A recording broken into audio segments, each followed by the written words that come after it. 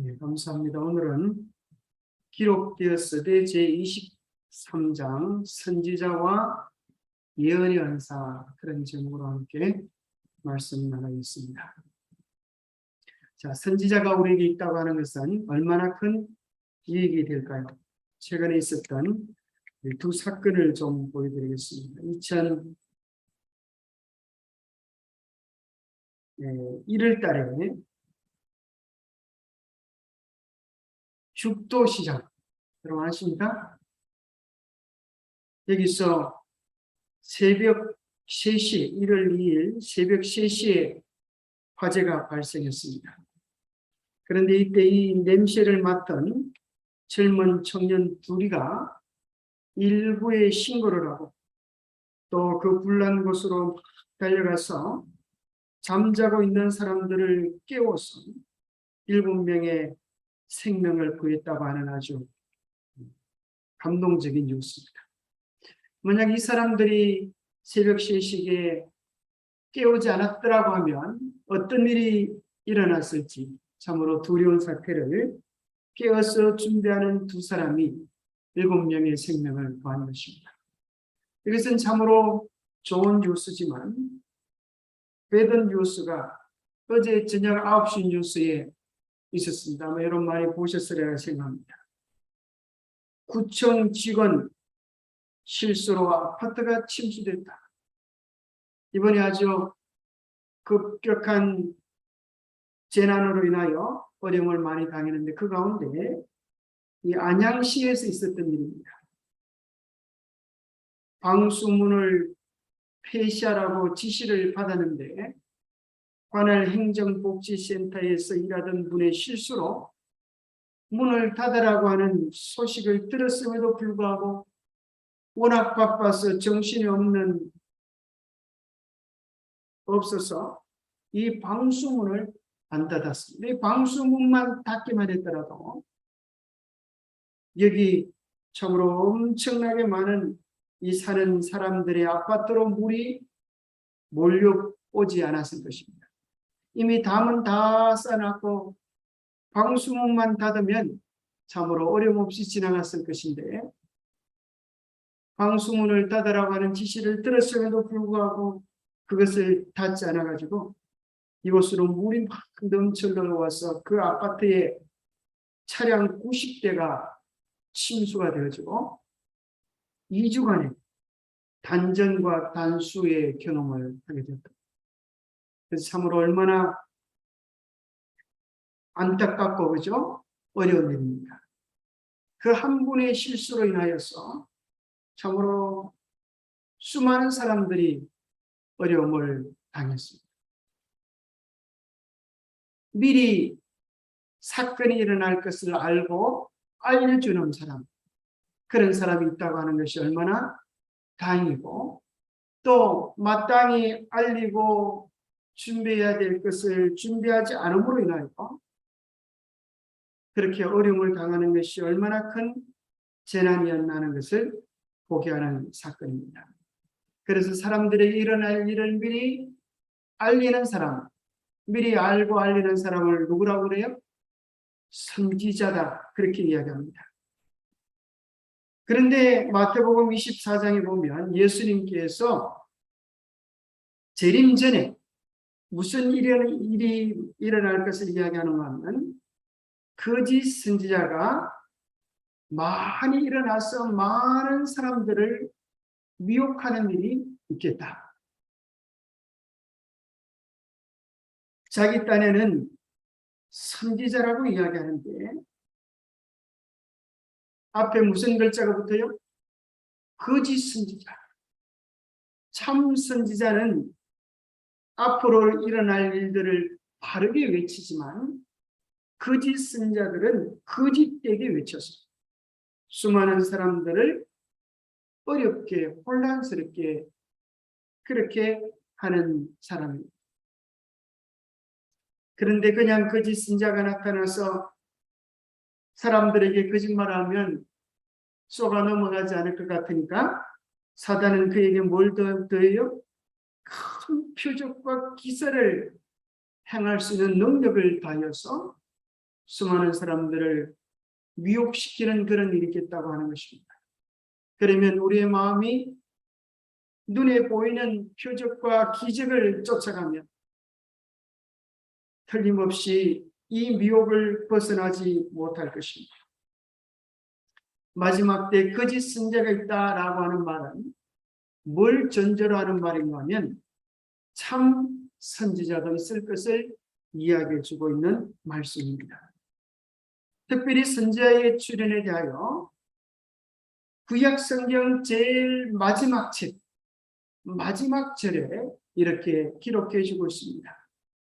보라, 여호와의 크고 두려운 날이 이르기 전에 내가 선지자 엘리야를 너희에게 보내겠다. 크고 두려운 날, 여호와의 크고 두려운 날이 언제입니까? 그것은 여호와께서 오시는 날인데 바로 예수님의 초림과 예수님의 재림을 이야기하는 겁니다. 그래서 예수님의 초림 때는 선지자 엘리야가 왔는데 누가 선지자의 엘리야의 심령과 능력으로 기별을 전가했어요? 바로 신대 요한. 엘리야의 심령과 능력으로 와서 그 복음을 전개했던 것처럼 마지막 시대 예수님 재림하기 직전에도 엘리야가 나타나서 이 세상 사람들에게 어떻게 하면 우리 주의 오심을 준비하고 하나님 아버지를 맞이하는 바른 마음을 가지게 할 것인가를 외칠 것이라고 이야기해 주고 있어요. 그런데 참으로 안타까운 것은 오늘 이 시대에 가짜 엘리야들이 참 많다고 하는 것입니다. 거짓 엘리야들이 나타나서 내가 엘리야다, 내가 선지자다, 그렇게 하는 무수히 많은 가짜들이 있습니다. 오늘 우리는 공부를 통하여서 자기가 선지자라고 해서 다 선지자인가, 기적을 행한다고 해서 성경을 기똥차게 잘 해석한다고 해서 선지자인가, 그것이 아니라고 하는 것입니다. 성경 속에 참과 거짓을 구분할 줄 아는 바른 기준을 배우고 오늘 이 시대 우리가 어떻게 바로 서야 할지에 대한 분명한 이해들을 오늘 본문을 통하여 발견하게 될 것입니다. 요즘은 뭐가 많은 세상인가 하면 명품과 짝퉁이 판치는 세상입니다. 자, 짝퉁을 만드는 사람이 아주 좋은 것을 본떠서 짝퉁을 만들까요? 별거 아닌 걸 짝퉁으로 만들어낼까요? 그죠? 명품을 짝퉁으로 만들어냅니다. 왜요? 그래야 돈이 벌려지기 때문에. 자, 위조 화폐들도 많이 있습니다. 자, 위조 화폐를 만드는 사람이 1달러짜리를 위조 지폐로 만들고 싶을까요? 100달러를 위조 지폐로 만들고 싶을까요? 1달러는 본전도 못 찾아가요. 그죠? 위조 지폐 만드는데 오히려 재료비가 더 든다는. 여러분 10원을 만들기 위해서 10원보다 더 많은 재료비가 든다고.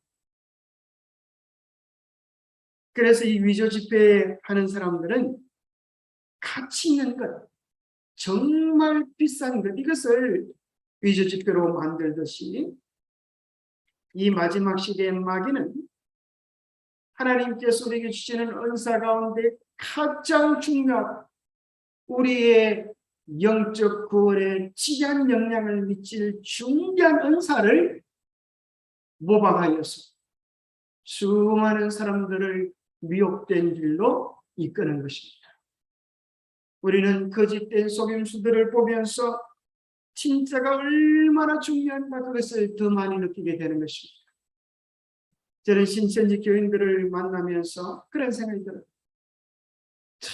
참 말도 안 되는 소리를 어떻게 그렇게 찰떡같이 믿고 있는지 너무너무 안타깝고 답답한데 참 더 안타까운 것은 한번 쇠뇌된 사람은 어지간해서 거기서 벗어날 수 없다는 사실.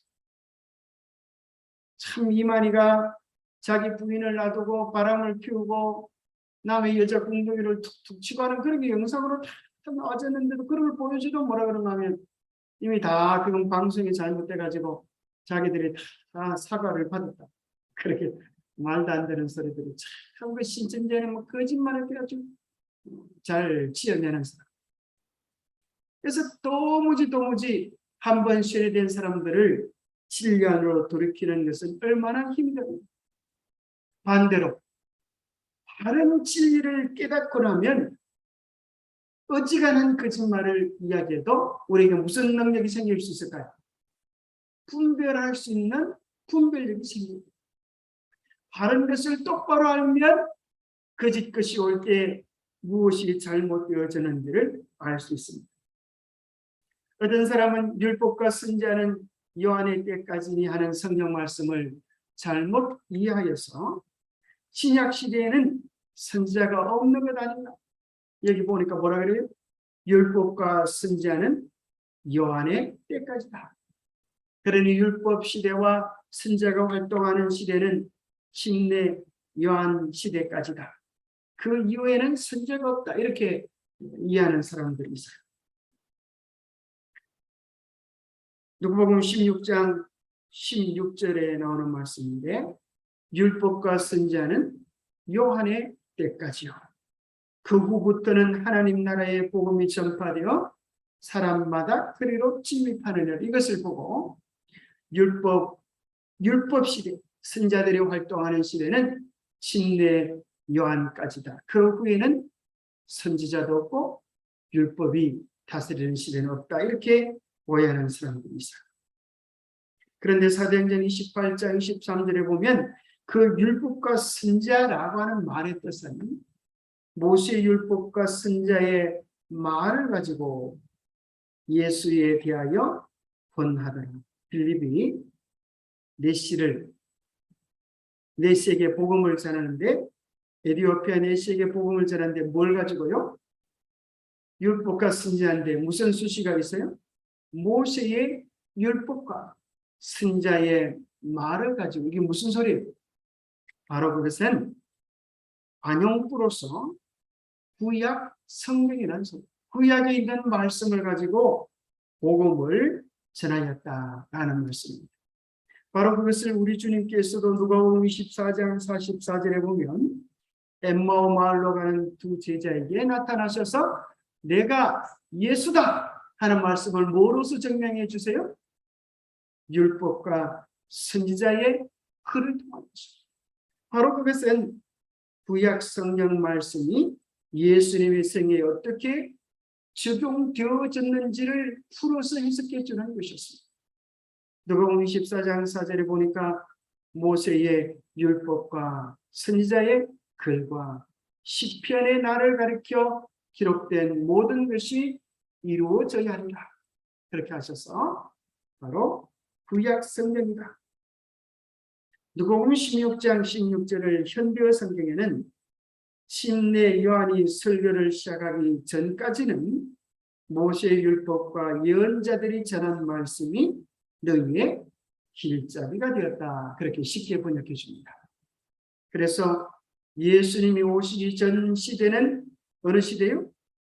구약의 시대다. 그래서 너희들이 예수님 오시기 전에는 모세의 율법과 예언자들이 전한 말씀이 너희들의 길잡이가 되었지만 이제는 예수 그리스도에게 그 모든 말씀들이 이루어져서 예수 그리스도의 세계라. 예수 그리스도께서 복음을 이루시고 우리 모든 성경의 길잡이가 되심을 이야기해주고 있는 것입니다. 하나님께서는 사람들에게 무엇을 통하여 끊임없이 말씀해 오시는가? 호시아 12장 2절에 보면 하나님은 사람들을 통하여 당신의 뜻을 계시해 주시는데 호시아 12장 10절에 보면 내가 여러 선지자에게 말하였고 이상을 많이 보였으며 선지자들을 통하여 비유를 베풀었다. 하나님께서 언제나 사람을 통하여 특별히 선지자들을 통하여 당신의 뜻을 보이셨다고 기록해 주고 있습니다. 자, 이것이 구약 성경의 목차입니다. 구약 성경은 세 부문으로 나눈다면 뭐라 그랬어요? 과거에 대한 역사서, 현재에 대한 시가서, 미래에 대한 선지서. 선지서를 다른 말로 무슨 서요? 예언서. 그래서 구약의 역사서가 총 몇 건요? 17건. 모세의 오경과 더불어 17건. 시가서가 5건. 예언서가 몇 건일까요? 17건. 그래서 역사서와 예언서가 짝을 이루는 것입니다. 그래서 매 시대마다 하나님께서는 누구를 통하여 기별을 선포하시는가 하면 선지자들을 통하, 이만큼 선지자들이 중요하다는 사실을 구약의 목록들을 통하여 명확하게 배우게 되는 것입니다. 자, 선지자의 사역은 얼마나 중요한가? 아모스 3장 7절에 보니까 주 여호와께서는 자기의 비밀을 그 종 선지자들에게 보이지 아니하시고는 결코 행하심이 없으시리라 하시는 말씀은 반드시 선지자를 통하여서 그 기별을 선포해 주신다. 자, 정말 그렇게 하셨는지 우리는 노아 홍수 때, 그죠? 수많은 사람들이 살고 죽는 그 중대한 문제가 있을 때 하나님은 노아를 통하여서 구원의 기별을 선포해 주셨습니다. 여러분, 죄를 멈추시고 구원의 방주로 들어오세요. 얼마 동안이나요? 120년 동안이나 간절히 기별을 전파했지만 그 선지자의 기별을 거절한 자들은 방주 안에 들어가지 못하고 멸망되었습니다. 또 이사야서는 이사야 7장 14절에 보라 처녀가 잉태하여 아들을 낳을 것이요 그 이름을 임마누엘이라 하리라. 먼 시대에 예수 그리스도께서 어린아이로 탄생할 것을 예언하고, 미가서 5장 2절에는 예수 그리스도의 탄생 장소에 대하여 선지자를 통하여 분명하게 예언해주고 있습니다. 이사야 46장 9절과 10절에 보면 나는 하나님이라 나 외에 다른 이가 없느니라. 나는 하나님이라 나 같은 이가 없느니라. 내가 시초부터 종말을 알리며 아직 이루지 아니한 일을 옛적부터 보이고 이르기를 나의 뜻이 설 것이니 내가 나의 모든 기뻐하는 것을 이루리라. 자, 하나님이 하나님 되심을 무엇을 통하여 선포하시는가 하면 시초부터 종말을 선지자들을 통하여 알려주신 것입니다. 그 대표적인 선지자가 누구입니까? 다니엘을 통하였습니다. 다니엘 2장에 보면 2600년 이상의 역사가 참으로 작은 신상을 통하여서 너무나 분명하게 계시되어지고 있는 것입니다. 또 이스라엘 백성들이 바벨론 포로로 잡혀가서 아이고 죽겠다 그럴 때에 선지자 예레미야를 보내셔서 너희들이 잡혀가지만은 70년 만에 다시 돌아올 것을 예언해 주고 있습니다. 그 예언들이 정확하게 이루어져서 백성들이 70년 만에 고향으로 돌아오는 역사가 일어납니다. 뿐만 아니라 신약 성경에는 사도 바울이 선지자의 역할을 감당합니다. 그래서 사도 바울은 예언하기를 주께서 호령과 등장의 소리와 하나님의 납골 소리도 친히 하늘로부터 강림하는 영광스러운 예수 그리스도의 재림이겠다. 그렇게 이야기해 주시는 것입니다. 특별히 마지막 때에 어떤 중요한 선물이 있을 것인가?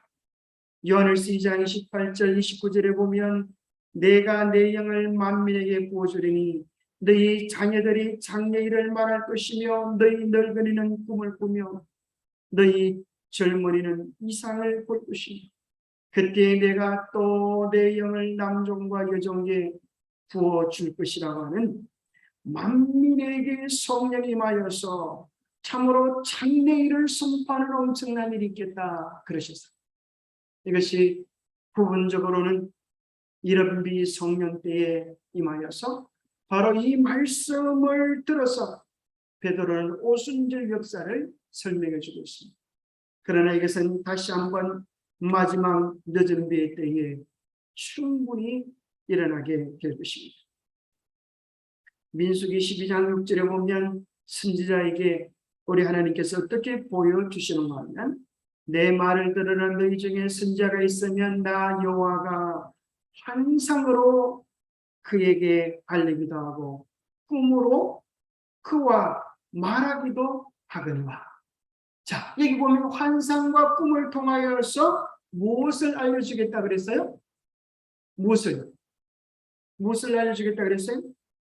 나를 그에게 알리겠다. 나를 알리겠다는 말은 무슨 말이에요? 하나님의 심중에 품었던 뜻, 그것이 곧 세상 장래에 도래할 일들입니다. 아주 중요한 성경절입니다. 누구를 알린다고요? 나를 알린 하나님의 구원의 계획을 우리에게 알려주시겠다는 것입니다. 베드로후서 1장 21절에 보면 예언은 언제든지 사람의 뜻으로 낸 것이 아니요 오직 성령의 감동하심을 받은 사람들이 하나님께 받아서 말한 것이다. 그래서 예언은 아무나 쉽게 할 수 있는 것이 아니에요. 어떤 사람은 또 선지자가 뭐와 뭘 통하여 하나님의 뜻을 전달받는다고요? 환상과 꿈을 통하여. 그러니까 어떤 사람은 꿈 하나 꿨다고 해서 그것이 마치 계시같이 그렇게 이야기하는 수가 있는데, 우리가 꾸는 많은 꿈은 무슨 꿈이라 그래요? 강아지 꿈이라. 강아지. 꿈속에서 강아지 봤다고 해서 막 그렇게 큰 소리 치는 것이 아니라 꿈을 너무 중시할 필요는 없어. 그래서 우리는 꿈보다 더 중요한 하나님의 말씀을 중요시합니다.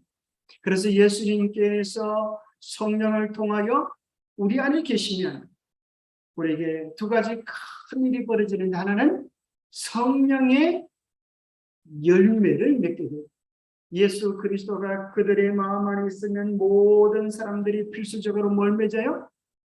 성령의 열매를 맺어요. 그것이 갈라디아 5장 22절부터 나오는 그리스도의 품성입니다. 그럴 뿐 아니라 성령의 열매를 맺을 뿐 아니라 성령의 선물을 주시는데, 성령의 은사를 주시는데, 그것을 로마서, 고린도 전서, 에베소서에 기록되어 있는데, 그 은사들 속에는 어떤 것들이 들어있는가 하면 반드시 빠지지 않고 나오는 은사 가운데 한 가지가 뭐예요? 예언에 대한 은사야.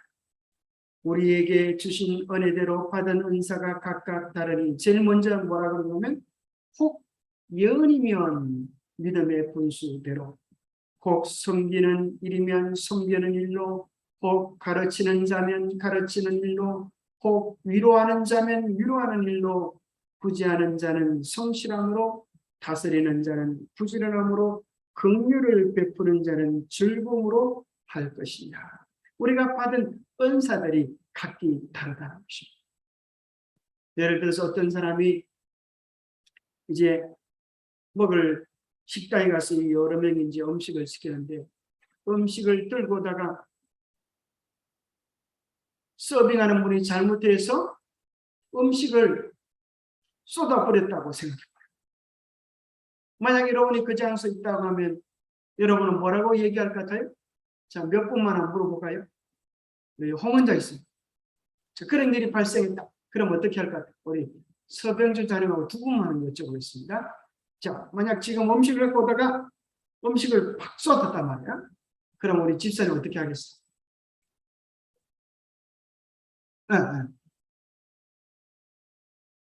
아, 다친 게 없냐? 그죠? 어디 다치지 않았냐? 자, 우리 서장은 뭐라 그럴까요?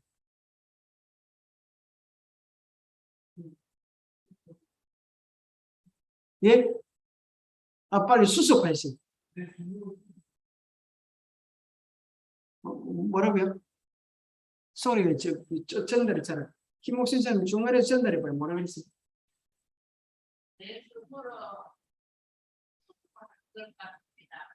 수습을, 그죠? 수습. 자, 그러니까 수습을, 저기, 예를 들어서, 자, 보세요. 똑같은 상황이 발생되었지만, 뭐가 틀려요? 반응하는 내용이 틀린 거예요. 자, 아이고, 어디 다치지는 않았어요. 이런 사람은 어떤 은사예요? 여기 보니까 긍휼을 베푸는 은사를 가집니다. 그죠? 불쌍히 여기는 마음. 그런데 이제 여기 우리 서장로님 같은 경우는 이제 수습을 해야지. 너는 쓰레받기 갖고, 너는 그걸 가져오고, 너는 이 사람 부축해서 빨리 병원으로 데리고, 이렇게 다스리는 은사를 가집니다. 그 순간에 그죠? 어떻게 인리들을 정리할 것인가. 각 은사별로 이게 다 다른 거야. 그와 같이 여러 은사들 가운데 첫 번째 은사가 뭔가 하면 예언의 은사가 있다. 이렇게 해요. 그 다음에 고린도전서 12장에도 은사가 나오는데, 어떤 사람에게는 성령으로 말미암아 지혜의 말씀을, 어떤 사람에게는 같은 성령을 따라 지식의 말씀. 그러다가 10절에 보니까 어떤 사람에게는 예언함을, 예언이라고 하는 내용이 나와요. 또 에베소서 4장 11절에 보니까 그가 어떤 사람은 사도로, 어떤 사람은 선지자로, 여기 나오잖아요. 성령의 은사 속에서 선지자가 나왔다는 거예요.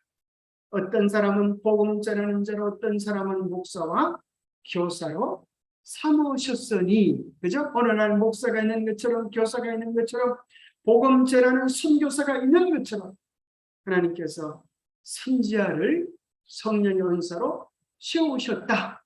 그래서 선지자가 없는 것이 문제지 있는 것이 문제가 아니다. 선지자가 정말 바른 기밀자가 되어서 우리에게 하나님의 뜻을 전달해 줄 때 그 유익은 엄청나다고 하는 것입니다. 그래서 왜 하나님께서 이렇게 다양한 직분을 쓰는가? 이는 성도를 온전하게 하여 봉사일을 하게 하며 그리스도의 몸을 세우려 하십니다. 옛날 버전에는 성도를 온전하게 하며 그랬어요. 여자가 몇 자로 번역됐어요. 그러나 개정개혁판에는 성도를 온전하게 하여 그랬어요. 자, 여와 묘가 어떤 차이를 가져올까요? 똥물배기하고 네모 차이밖에 안 나는데 내용은 많은 차이를 가지고. 자, 묘라고 하는 것은 연결 접속사예요. 그죠? 바로 선지자와 목사와 복음 전하는 자들이 성도를 온전하게 하기도 하고 봉사일을 하기도 하는 그런 일이 되지만, 여로 바꾸면 어떻게 돼요? 성도들을 온전하게 하여서 그들로 봉사일을 하게 합니다. 이것이 개정개혁판의 번역입니다. 그래서 교회 지도자들이 해야 되는 가장 중요한 일들 중에 한 가지는, 선지자가 해야 되는 중요한 일들 중에 한 가지는 성도를 뭐하게 하는 거예요? 온전하게 하는 것. 그래서 성도들이 준비가 되어졌어요. 봉사일을 하고 그리스도의 몸을 세우는 중요한 사역을 감당할 수 있도록 도와주는 일을 한다 하는 사실을 이야기해 주고 있습니다. 자, 7번에 보면 역대 20장 20절에 보면 너희는 너희 하나님 여호와를 신뢰하라. 그리하면 견고히 서리라. 그의 승자를 신뢰하라. 그리하면 형통하리라. 그래서 하나님을 진실로 신뢰하는 백성들은 하나님께서 보내신 선지자를 신뢰하라. 그렇게 선지자를 신뢰할 때에 우리의 삶이 형통할 것을 약속해 주고 계십니다. 데살로니가전서 5장 20절에도 이야기하기를 예언을 멸시하지 말아라. 예언을 멸시하지 마라. 그럴 뿐 아니라 범사하려 좋은 것을 지으라. 예언이라고 해서 다 받아들일 것이 아니라 우리가 바르게 분별할 줄 아는, 좋은 것을 분별하는 능력이 우리에게 필요하다. 자, 이제 아주 중요한 것입니다. 참된 예언의 은사와 거짓 예언의 은사를 구별할 수 있는 4가지 방법을 이제 여러분에게 알려드리겠습니다. 자, 이건 여러분들이 오늘 핵심 내용이기 때문에 이 4가지를 다 기억해 놓으시기 바랍니다. 집에 가서 여러분 퀴즈를 한번 내보세요. 자, 첫 번째, 선지자의 예언은 반드시 뭐 되어야 된다? 성취되어야 한다. 성취되어야 선지자지, 성취되지 않으면 뭐예요? 뻥이죠, 뻥. 가짜예요. 뻥치고 있네. 이렇게 하면 안 되겠죠.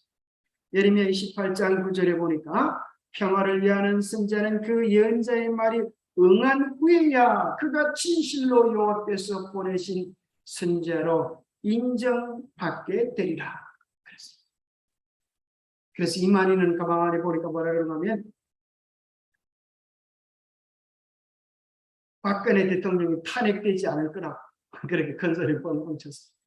요새 그 방송 보니까 이만희 그렇게 하는 걸 보니까 그게 틀렸어. 그러니까 그런 뻥을 칩니다. 가짜 선자가. 이 세상에 많은 사람들이 가짜 선자인지 진짜 선자인지 모르고 나타나면 예언의 성취가 첫 번째 있습니다. 자, 두 번째는 하나님의 말씀과 조화를 이루어야 한다. 그가 하는 말들이 가장 분명하게 뭐와 맞아서 성령의 가르침과 일치되지. 그가 우리 말은 구수하게 잘하는데 뭐와 맞지 않으면 성경의 내용과 맞지 않으면 틀린 것이다. 신명기 13장 1절부터 3절에 보면 너희 중에 선자나 꿈꾸는 자가 일어나서 이적과 기사를 내게 보이고 그가 내게 말한 그 이적과 기사가 이루어지고 그 다음에 너희가 알지 못하던 다른 신들을 우리가 따라 섬기자고 말할지라도 너는 그 선자나 꿈꾸는 자의 말을 청종하지 마라. 다른 신을 쫓아가자. 이렇게 이야기하는 그런 사람들은 다 사기꾼이요 가짜 선지자다. 그러면서 이 희한한 소리를 하는 사람들이 많았어요.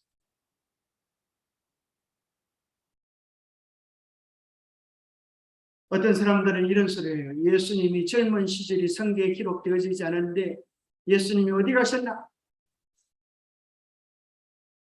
불교에 가서 배웠다. 그렇게 하는 정진하는 소리도 있고 또 어떤 희한한 사교에서는 통일교 또 그런 데서는 뭐라 그러냐면 뭡니까? 지난번에 얘기했던 사이비 교단 중에 물 팔고 했던 생수 팔고 했던 그런 데서는 뭐라 그러냐면 예수님이 나게 된 이유는 마리아하고 사가랴가 어떻게 해서 예수를 낳았고 이런 거짓말을 갖다 하고 있어요. 참 끔찍한 거짓말을 하고 있죠. 이 온갖 사비들이 그렇게. 또 그 다음에 통일교에서는 뭐라고 하면 아담과 하와가 지은 죄가 선악과를 따먹는 게 아니라 음란한 죄를 저질러서 그렇다.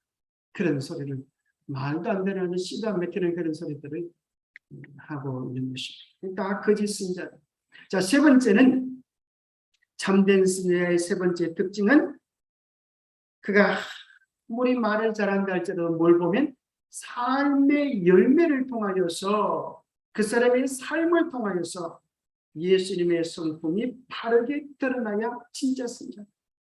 진짜 선자라고 이야기하는데 보니까 바람을 피우고 남의 돈을 갈취하고 거짓말을 밥 먹듯이 하고 이러면 뭐예요?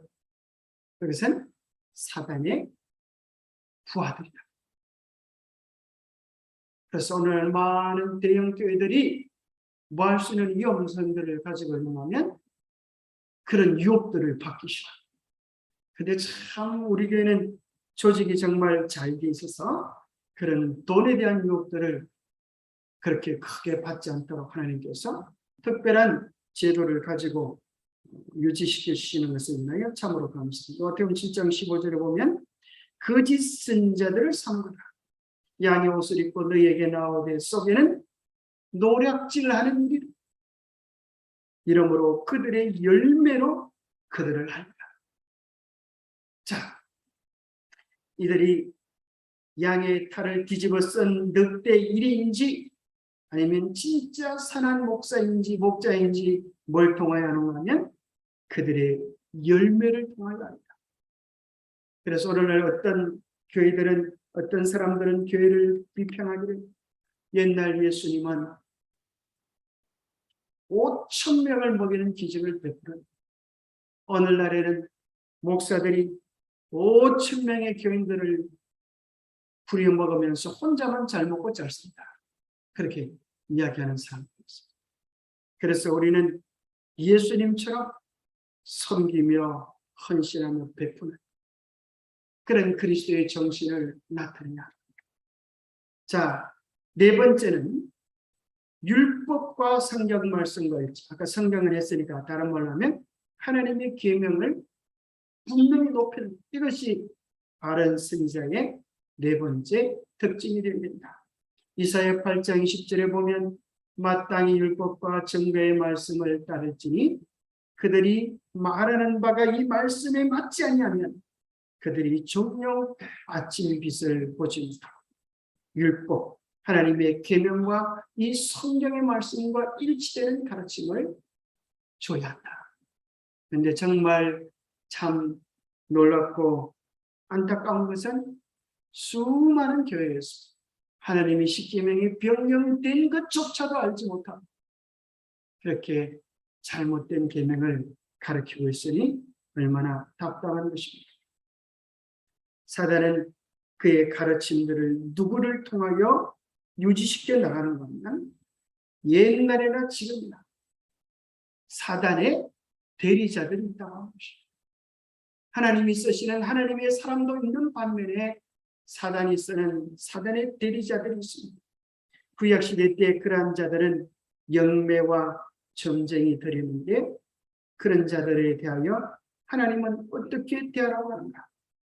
그의 아들이나 딸을 불 가운데로 지나게 하거나 점하는 자나 점쟁이나 기름을 말하는 자나 요술하는 자, 무당이나 찌는 자나 신접자나 박수나 초혼자를 너희 가운데에서 용납하지 마라.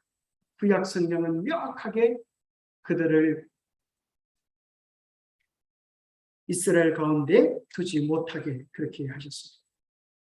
이런 일을 행하는 모든 자는 여호와께서 가증히 여기시나니 이런 가증한 일로 말미암아 내 하나님 여호와께서 그들을 내 앞에서 쫓아내시나이다. 그래서 우리는 재미나 취미로도 뭐 해서는 안 돼요? 사주팔자, 별점 뭐 이런 거 그죠? 뭐 이런 거 좋아하지 마시기 바랍니다. 취미라도 나는 매들생인데 뭐야 이런 거 하면 어떤 사람은 우리는 이제 보통 우리 한국은 문화가 이렇게 이걸 뭐라 그러면 토테미즘이라고 이게 보면 12마리 짐승이 이제 12지신이라고 땅에 있는 12마리 신. 어떤 장로님이 사이를 보게 되어서 자네는 무슨 띠인가 이렇게 물었어요.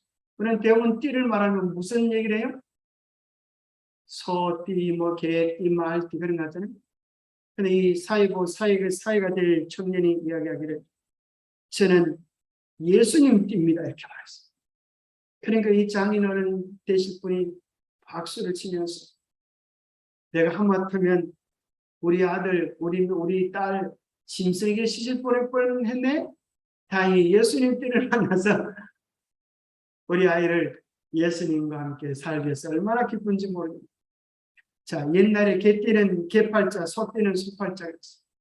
여러분들 띠가 개팔자에서 소팔자에서 그렇게 소원했던 사람들 이제 걱정하지 마세요. 여러분의 팔자 운명이 뭐로 바뀌어요? 예수님 믿음으로 인하여서 예수님 팔자로 바뀌게 되시기 축복합니다. 아멘 안 하신 것 같아요. 팔자 바꾸고 싶잖아요. 예수님을 잘 믿으면서 우리의 팔자까지 그렇게 바뀌어지게 되기를 바랍니다. 그런데 오늘 왜 대부분의 교회의 예언 연사가 게르되어 있는가? 예레미야가 2장 9절에 보면 성문이 땅에 묻히며 빗장이 부서져 파괴되고 왕과 지도자들이 율법 없는 이방인들 가운데 있으며 그 성의 선지자들은 여호와의 묵시를 받지 못하는다. 왜 그랬어요? 율법을 무시했기 때문에 하나님의 계명을 무시했기 때문에 하나님께서 그들 가운데 선지자를 허락지 아니하셨다. 그래서 묵시를 받지 못하게 하셨다 그랬습니다. 이 말씀을 요한복음 14장 21절에 보면 나의 계명을 지키는 자라야 나를 사랑하는 자니 나를 사랑하는 자는 내 아버지께 사랑을 받을 것이요 나도 그를 사랑하여 그에게 나를 나타내리라. 아까 나왔었죠? 하나님께서 나를 나타내신다고 하는 것은 바로 하나님의 마음속에 품었던 비밀들, 그 계획들을 알려주시겠다는 거예요. 사랑의 계획들을 알려주시겠다는 겁니다. 그래서 창세기 18장 7절에 보면 여호와께서 아브라함을 방문하셔서 내가 하려는 것을 아브라함에게 숨기겠느냐라고 말씀하시면서 소돔 고모라 멸망에 대한 심판에 대한 이야기를 하십니다. 그러면서 아브라함이 이제 의인 10명이 없으면 그 소돔 고모라를 멸망시키겠습니다 하는 그런 내용이 나오죠. 그런데도 소돔 고모라에 의인 10명이 있었어요? 없었어요? 의인 10명이 없었어요. 천사들이 찾아보니까 롯의 가정이네. 그런데 창세기 19장에 보면 롯이 구원받게 된 것도 누구 때문에요? 아브라함 까닭이 그렇게 나왔어요. 그러면 하나님께서 도망가라 그래도 도망가지도 않고 그러나 또 늦잠을 부르고 하나님께서 너무너무 답답하셔서 천사들을 보내고 손을 붙잡고 이끌어내시고 그렇게 이끌어내시면 그래라도 정신을 차려야 될 텐데 또 무슨 일이 벌어져요? 뒤를 돌아보면서 이 정도 왔으면 되지 않겠습니까? 그러다가 소금 기둥이 되는 일이 벌어집니다. 예언의 은사는 어디에서 찾을 수 있나? 고린도전서 12장 28절. 그죠? 하나님이 교회 정비하시를 세우셨으니 첫째는 사도요, 둘째는 선지자 분명히 이야기해 주고 있는 것입니다. 에베소서 4장 8절에도 그렇게 나오죠. 어떤 사람은 사도로 어떤 사람은 선지자. 우리가 조금 전에 읽었던 말씀입니다. 그러면서 마지막 때에 보면 특별히 뭐에 대하여 기록해 주고 있는가 하면 용과 여자의 싸움이 마지막 때 더욱 치열해지는데 용이 여자에게 분노하여 돌아가서 그 여자의 남은 자손 하나님의 계명과 예수의 증거를 가진 자들로 더불어 싸우고 바다머리에 설 거야. 여기 보면 여자의 남은 자손의 두 가지 큰 특징을 이야기하기를 뭐와 뭐다? 하나님의 계명과 십계명을 바르게 지키고 두 번째는 예수의 증거다. 요한계시록 19장 10절에 이야기하기를 예수의 증거는 대언의 영이다. 다른 번역에 보면 연의 영이다. 성령께서 요한복음 16장에 보면 장래일을 너에게 알리시리라. 성령께서 하십니다. 그래서 성령께서 남은 교회에 함께 하셔서 무엇을 보여주시냐면 세상에 일어날 구체적인 일들을 보여주시는데 정말 엘린 화이트 부인이 하나님의 참 선지라고 하는 것이 여기 각 시대의 대쟁투 총서의 10권을 읽으면 명확하게 이야기되어져요. 그래서 우리는 신앙이 정말 새롭게 뿌리 있는 신앙이 되려고 하면 성경과 더불어서 이 대쟁투 총서 10권을 깊이 묵상하면서 읽어보는 시간을 가진다고 하면 우리의 신앙이 아주 놀라운 변화를 경험하게 될 것입니다. 자, 이것이 화이트분이 있었던 책의 가장 중요한 중심 뼈대를 이루는 것입니다. 이것은 뭘 얘기하는가 하면 바로 이 10권의 책은 성경 창세기부터 계시록까지에 대한 그 빛을 우리에게 밝히 비추어주고 있다고 하는 것입니다. 엘렌 화이트는 1827년 11월 26일 날 미국 메인주 골햄이라고 하는 동네에서 출생했습니다. 9세 때, 초등학교 3학년 때 아이가 던지는 돌에 맞아서 쓰러집니다. 그래서 더 이상 공부를 할 수 없어요. 초등학교 3학년 중퇴인 것입니다. 그것이 그가 학업을 한 전부. 그러나 하나님의 특별한 은혜로 이 밀레의 재림운동에 참여하게 되어지고 재림 기비를 받아들였다는 이유로 14세의 감리교에서 출교되어지고 17세 하나님으로부터 첫 계시를 받게 됩니다. 18살에 결혼을 하게 되고 53세의 남편과 사별하게 됩니다.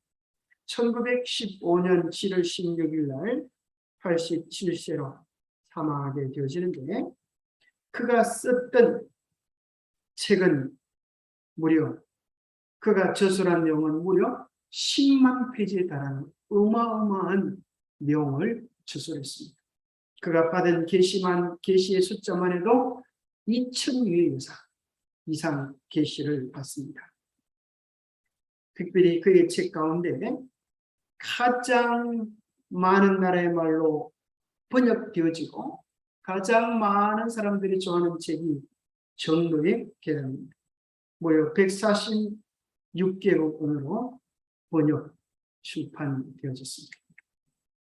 자, 엘렌 화이트이 그가 성경에 대해서 뭐라고 말을 해놓으면, 우리는 하나님의 말씀을 최고의 권위로 받아들여야 한다.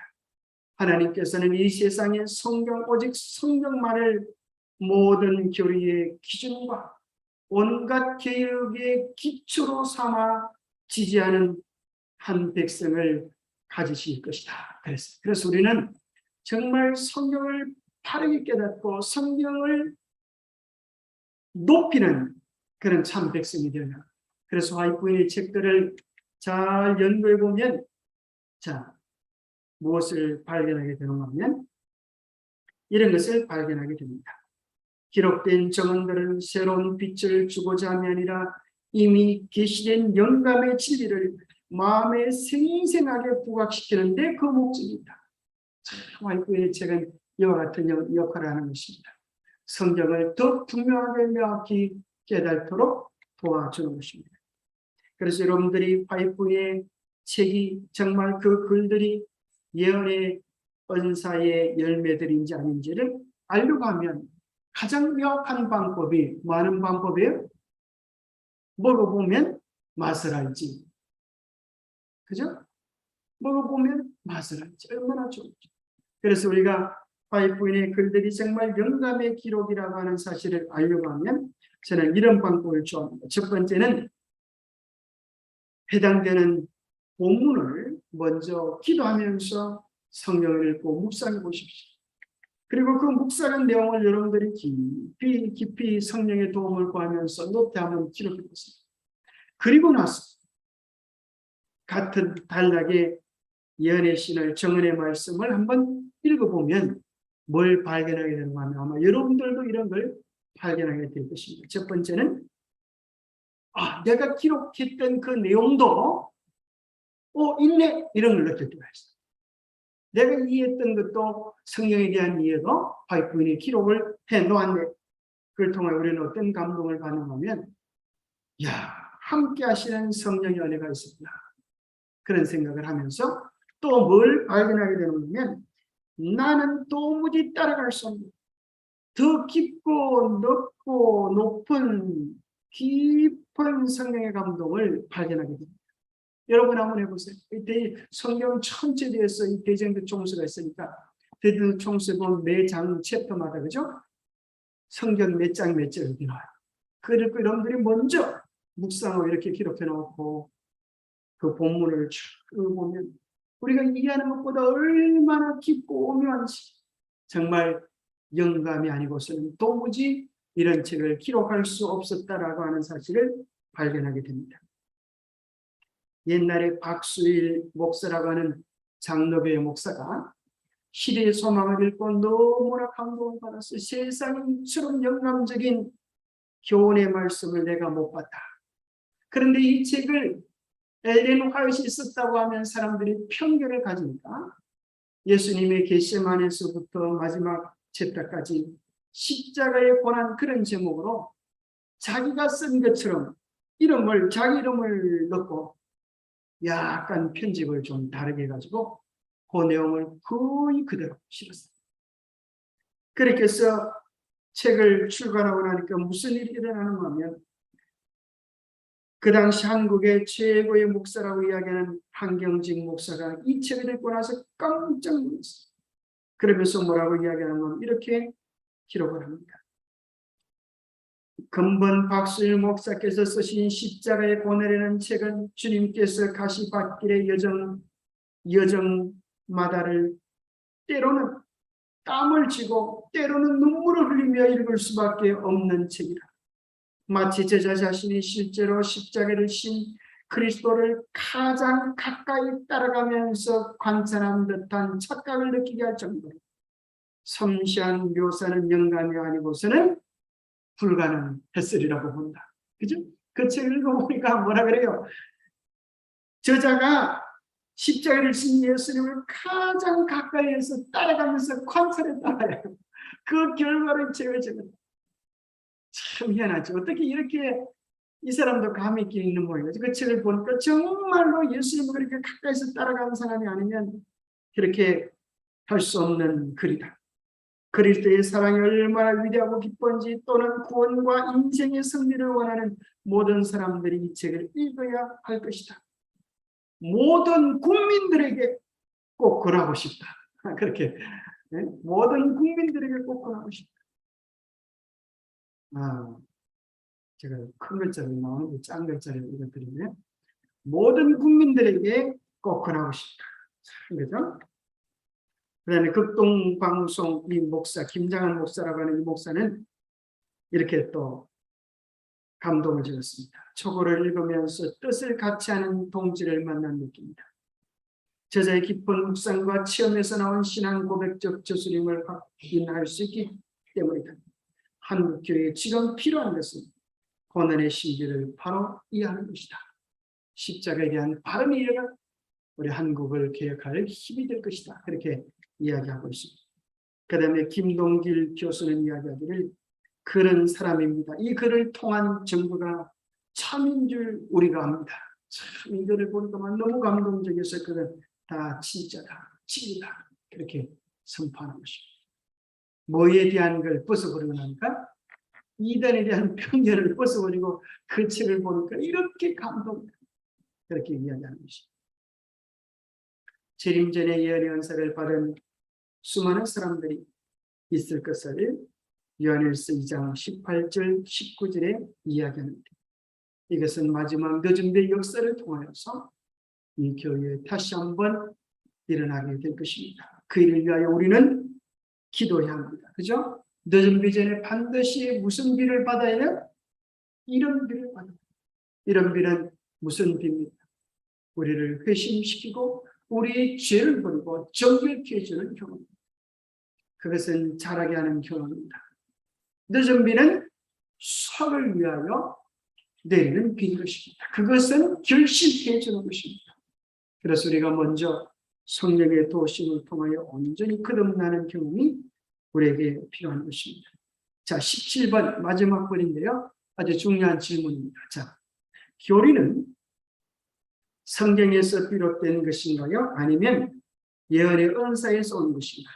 아니면 둘 다에서 온 것인가요? 여러분 어떻게 생각하세요? 우리 교회 교리는 무엇으로 말미암아 정립이 되었는가? 자, 어떤 사람의 이야기를 재림교회의 교리는 예언의 은사를 통하여서 우리 교회의 교리가 정립됐다. 이렇게 이해하는 사람이 있어요.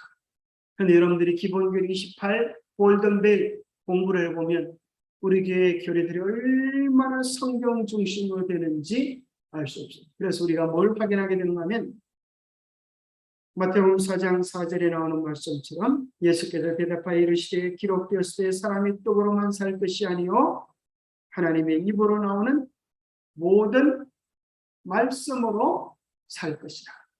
자, 우리의 교리는 오직 성령으로 그렇게 정립이 되었습니다.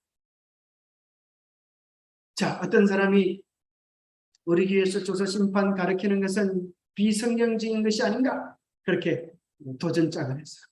그때 우리 교회는 그분에게 수많은 시간을 주고 연구를 주면서 당신이 한번 연구를 해서 그걸 한번 발표해봐라. 그렇게 여유롭게 대처했습니다. 그리고 거기에 대한 성경적인 명확한 근거들을 우리는 가지고 있는 것입니다.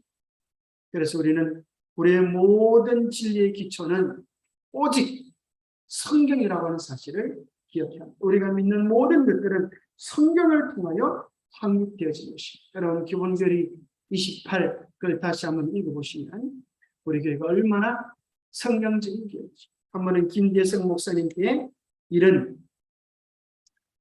예언전도를 할 때 어떤 분이 찾아와서 이렇게 고민을 토로했습니다. 목사님, 제가 목사님의 말씀을 들어보니까 정말 이 예언의 말씀을 너무나 분명하게 성경적으로 푸는 것을 보면서 감탄을 했습니다. 정말 재림교회가 성경적인 교회라고 하는 사실에 대하여 제가 확신을 가지게 되었습니다. 거기까지는 좋았는데 뭐라고 하면, 만약 이 교회보다 더 성경적인 교회가 있다고 하면 어떻게 하시겠습니까? 그렇게 목사님께 여쭤봤어요. 그럼 그렇게 하면 어떻게 해야 되겠습니까? 그때 김대성 목사님이 이렇게 이야기를 했습니다. 만약 이 교회보다 더 성경적인 교회가 있다고 하면 그 교회로 가십시오. 우리의 구원은 어느 교파나 교단이 주는 것이 아닙니다. 오직 예수 그리스도, 오직 말씀이 주는 것입니다. 그러나 그런 교회가 있다고 하면 당신만 가지 마시고 저도 데려가십시오. 그러나 제가 이제 그 연구한 바로는, 그런 안심해도 좋을 일은,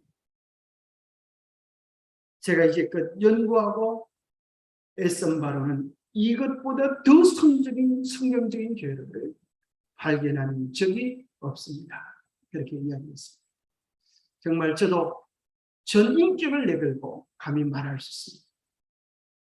이 재림교회처럼 재림교회보다 더 성경적인 교회, 성경적인 진리를 만나본 적이 없습니다.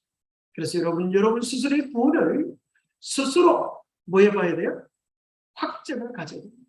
그래서 목사님이 이야기하신다고 그저 믿지 마시고, 또 기록되었을 이번 책의 제목이 뭐예요? 기록되었을 아닙니까? 우리의 신앙이 기록되어진 명확한 말씀의 기초를 내려서 누가 뭐라 그래도 흔들리지 않는 여러분 각자의 의견들을 말씀을 통하여 형성할 수 있게 되기를 간절히 바랍니다. 기도하겠습니다. 하나님 아버지, 오늘 이 마지막 때에 마귀는 할 수만 있으면 택하신 자도 미혹하기 위하여 거짓 그리스도와 거짓 선자를 보내어 우리를 유혹하고 있는 때에 살아갑니다. 참으로 우리로 하여금 명확한 성경의 기준 속에서 참된 선자를 분별할 수 있는 빛을 우리에게 주시고, 선자의 놀라운 빛을 통하여 성경을 더 분명하게 명확하게 깨달을 수 있도록 도와주셔서 감사합니다. 우리가 개인적으로 시간을 내어서 우리에게 주신 이 소중한 기대를 우리가 깊이 연구하게 도와주셔서 하나님의 말씀에 유동치 않은 믿음의 사람들이 되게 하여 주시옵소서. 우리 주님 오실 때에 참으로 영광 중에 노래를 부를 수 있는 우리 모두가 되도록 축복하여 주시옵기를 우리 주 예수 그리스도 이름으로 머지하여 간절히 간구하옵나이다.